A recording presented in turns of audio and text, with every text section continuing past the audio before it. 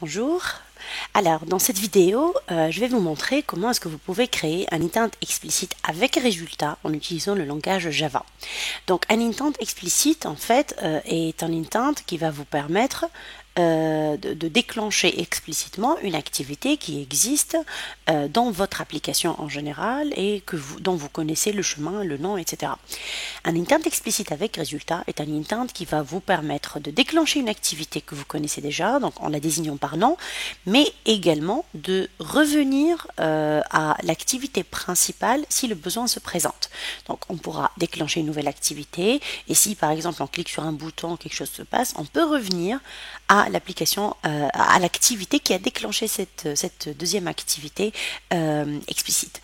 Alors, donc, je vous rappelle qu'ici, notre application donc, est la suivante. C'est une application d'IMC. Je donne le prénom, je donne le poids, je donne la taille. Et puis, ce que nous avons fait, je désigne le sexe de la personne, je fais calculer. Et puis là, il m'affiche le résultat de l'IMC et puis si l'état de la personne. Donc là, ce que j'aimerais rajouter, c'est un petit bouton ici. Quand je clique sur ce bouton, je reviens automatiquement vers cette activité-là et puis j'affiche quelque chose. Alors, ça peut être utile dans les cas où, par exemple, vous voulez déléguer un travail à une autre activité, mais que le résultat de cette délégation, de ce traitement, va être réutilisé dans l'activité principale. Alors, nous devons d'abord, en premier lieu, rajouter dans notre activité résultat un petit bouton à la fin. Donc là, je vais utiliser dorénavant en fait le code XML pour pouvoir modifier le layout. Vous allez voir à quel point c'est plutôt facile en fait de rajouter des éléments parce que tout utilise l'autocompletion, donc c'est très agréable. Alors, je choisis bouton, hop. Je clique ici. Alors par rapport au width du bouton, donc à la largeur du bouton, on peut choisir en général soit wrap content, soit match parent. Wrap content, c'est-à-dire que le contenu, en fait, la longueur ou la largeur plutôt de mon bouton va dépendre du contenu que je mets. Donc du texte que je mets sur le bouton.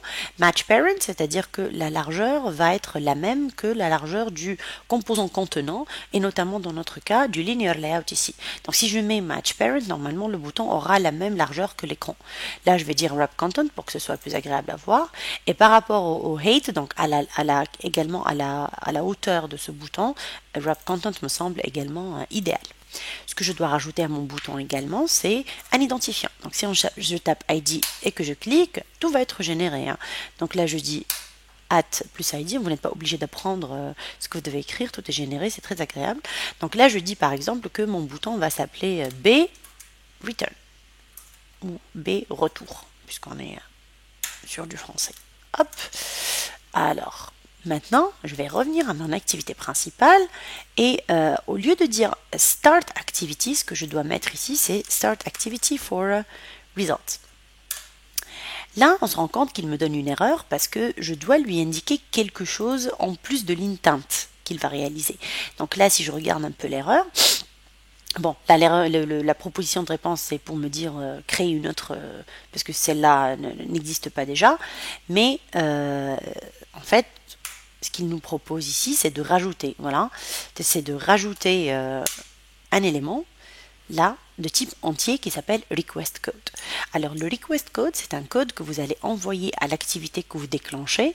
C'est juste pour donner un numéro à l'activité actuelle. Donc la main activity, je vais lui donner un numéro. Par exemple, je vais venir ici et définir une constante, donc static final et une constante de type entière que je vais appeler donc request code. C'est ce qu'on utilise en général. Bon, là, j'ai un seul request code, mais que je dois initialiser bien sûr. Là, je vais dire par exemple que mon request code c'est 1.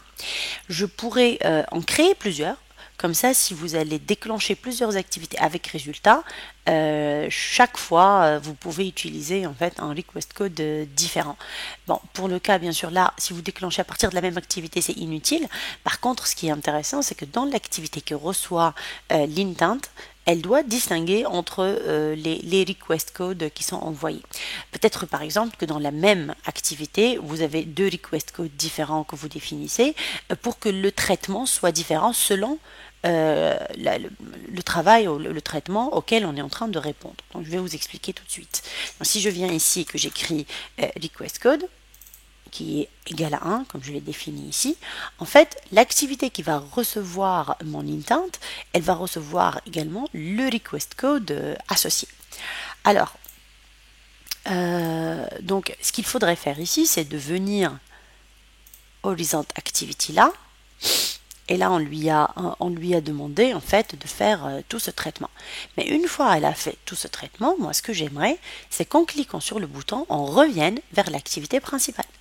Alors pour faire ça, je dois venir ici et définir par exemple une fonction en fait qui va être déclenchée au clic du bouton. Là, je vais appeler ma fonction par exemple retour. Ok ? Donc là, il va me dire la fonction retour n'existe pas, mais c'est pas grave, je vais la créer tout de suite. Donc si je reviens à ma result activity, je viens ici et je crée la fonction retour. Alors là, bien sûr, il ne va pas savoir quoi faire. Alors c'est public void retour view v. Donc ça, c'est bien sûr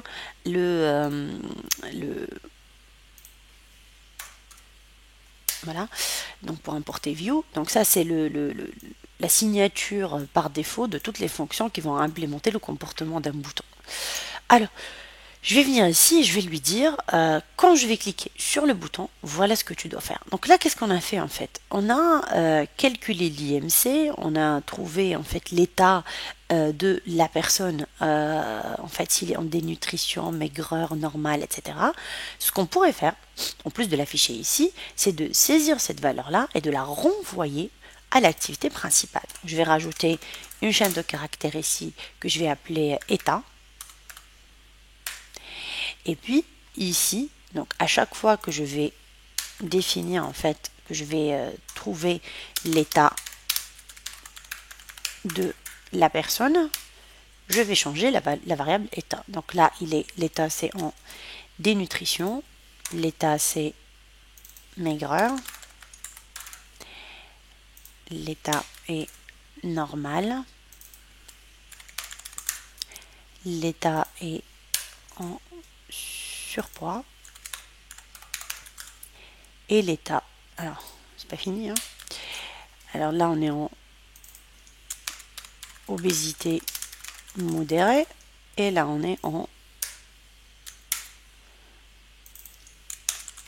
obésité sévère. Voilà. Finalement, bien sûr, attention, obésité morbide ou massive, hein, on peut en choisir une. Morbide, ça suffit, ça fait déjà suffisamment peur. Hop, et voilà. Donc là, quand je reviens ici dans ma variable, dans ma fonction retour, ce que je vais faire, c'est que ce que je vais faire comme d'habitude, en fait, je vais créer un nouvel intent qui s'appelle i. Alors là, bien sûr, il faudrait importer la classe. Alors i égale à new intent, et là je dois lui dire voilà, c'est this, et puis c'est l'autre activité, c'est main activity. Alors c'est ah non, là en fait je n'ai pas besoin de spécifier toutes ces valeurs là par rapport à l'intent, parce que comme c'est un intent de résultat, donc il va savoir directement où revenir. Donc là, contrairement à un intent explicite initial, je n'ai pas besoin de définir en fait la classe, enfin l'activité destination.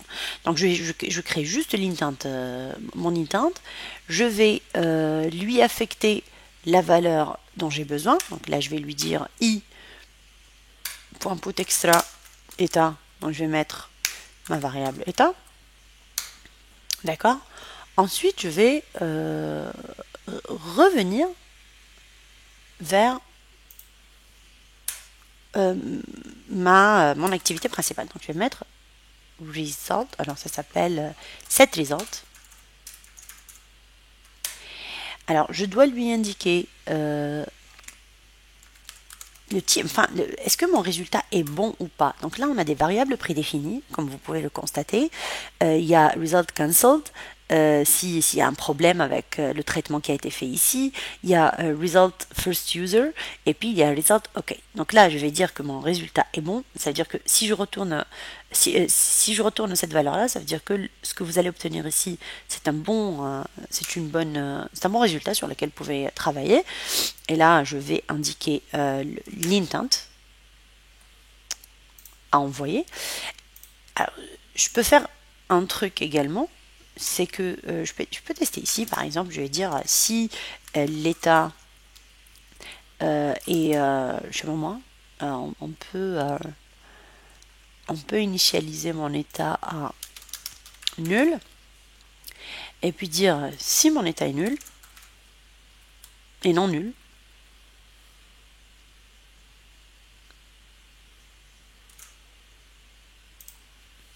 alors dans ce cas-là, hop,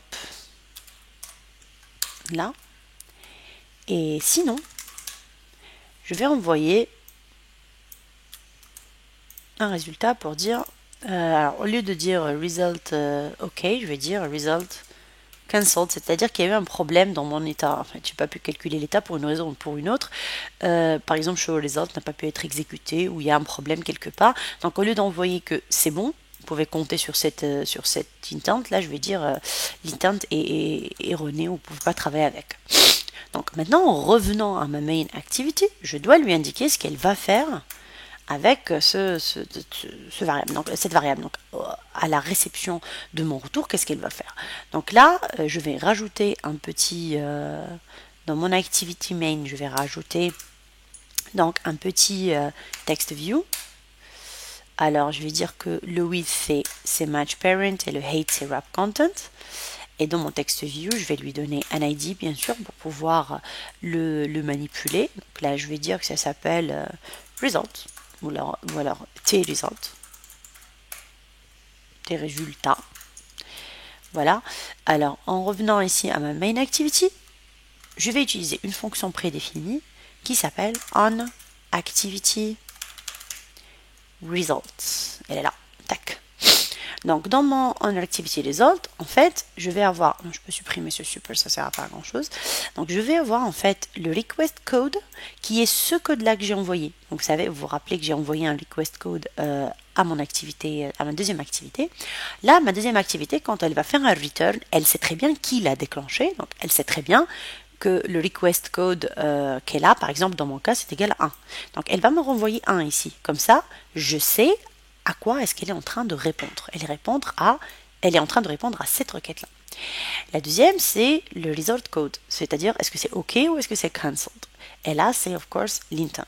Donc, pour pouvoir utiliser ces variables-là, donc je vais d'abord rajouter mon texte view que j'ai appelé tes résultats. Je vais ici l'initialiser comme d'habitude. Donc T résultat égal, c'est un texte, pardon, hop, c'est un text view de find view by id r.id.t résultat. Voilà, on n'oublie pas le point virgule. Et puis ici, qu'est-ce que je vais lui demander? Je vais tester par exemple, est-ce que je suis en train de gérer ce request code là ou pas. Donc je vais tester si le request code est bien égal à mon request code que j'ai défini en haut. Ça veut dire que voilà, je suis dans en fait, je suis en train de gérer la réponse à ma requête, à cette requête là.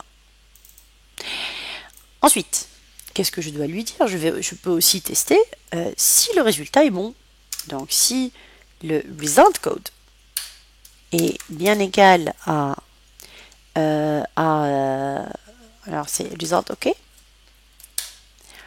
Dans ce cas-là, qu'est-ce que j'ai? Ça veut dire que j'ai l'état que je peux traiter. Donc, je peux prendre cette intent là. Donc là, par exemple, je vais prendre, je vais mettre dans T résultat, je vais insérer dedans le contenu de l'intent. Donc je vais prendre data. Donc mon intent s'appelle data. Donc je fais data point Data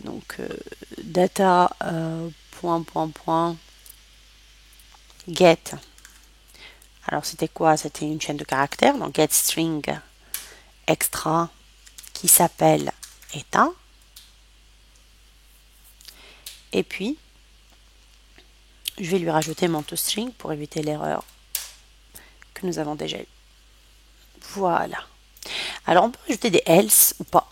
Donc on peut rajouter un else par exemple ici pour dire voilà, on n'a pas bien reçu. Donc là, au lieu de faire, on va dire set text et on va écrire erreur. Voilà. Alors, testons cela.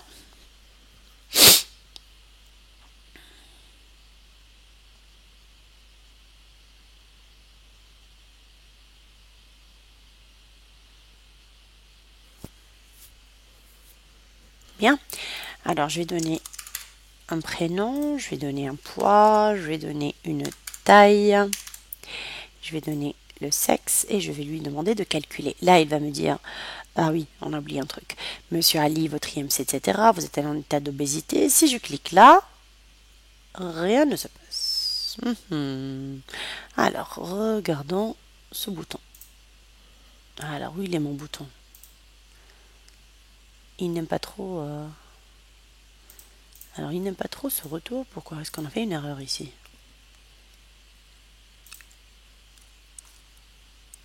Alors, est-ce qu'on est sorti de la fonction?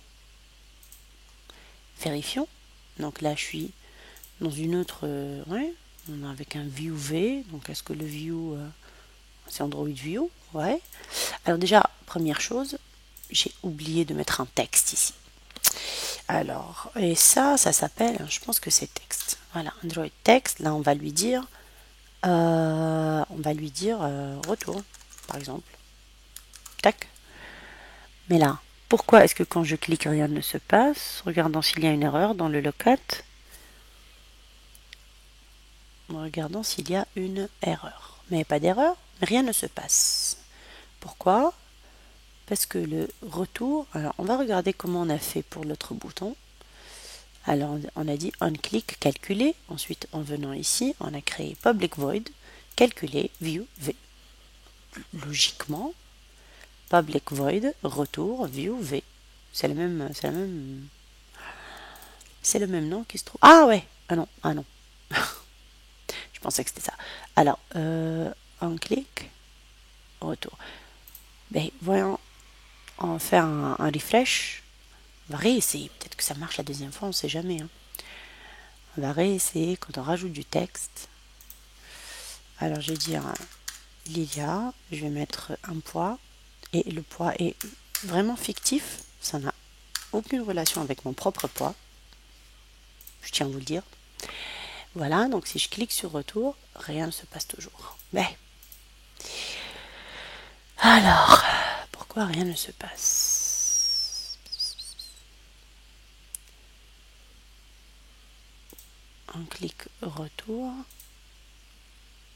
Et là, alors, est-ce que je suis bien dans la Result Activity? Oui. Je suis bien dans cette fonction. Oh, j'ai aucune idée. Ah, zut. Alors oui, j'ai une idée. Donc il faudrait en fait, une fois qu'on a cliqué sur ça, qu'on a créé l'intent, qu'on quitte. Parce que si on ne quitte pas l'activité en cours, il ne sait pas quoi faire en fait. Donc normalement, on devrait juste taper finish. Alors quand on tape finish, il va juste supprimer l'activité en cours de la stack, donc de la pile d'activités, et puis l'activité précédente devrait s'afficher. Donc c'est en général l'activité qui a déclenché cette deuxième activité, elle devrait s'afficher automatiquement. En s'affichant, elle va trouver que le résultat de l'intent lui a été envoyé. Donc réexécutons cela et voyons. Alors, je vais juste redéclencher le premier. Comme ça, on refait tout. Alors là, je vais dire Ahmed. Ah oui, je l'ai écrit ici. Je vais dire que son poids est 100, sa taille c'est 1,80 m, c'est un homme, et calculé. Donc là il va me dire obésité, je retourne, et là il va me dire obésité modérée. Voilà, ça marche bien. Merci beaucoup.